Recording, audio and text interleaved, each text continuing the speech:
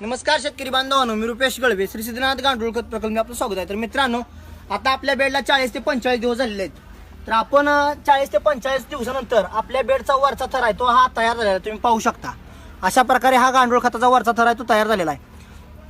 आज आपण ह्याचं हार्वेस्टिंग करतोय. तुम्ही पाहू शकता कशा प्रकारे वरचा थर आहे तो आपण तयार झालेला आहे. तो आपण असा काढून आपण चालण्यासाठी घेऊन जात आहे.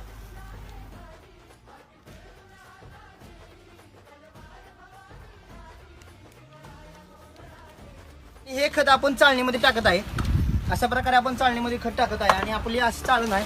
अशा प्रकारे आपण चाळून खत हे शेतकऱ्यांना देत असतो. त्यामुळे चांगल्या क्वालिटीचं आणि प्रतीचं गांडूळ खत हे शेतकऱ्यांकडे आपण जाते आणि शेतकऱ्यांना याचे चांगले रिझल्ट सुद्धा आलेले आहेत. आपण काही दिवसात त्यांचे हे पण घेणार आहे. तुम्ही पाहू शकता अशा प्रकारे हे खत आहे. चांगल्या क्वालिटीचं खत आपण शेतकऱ्यांना देण्याचा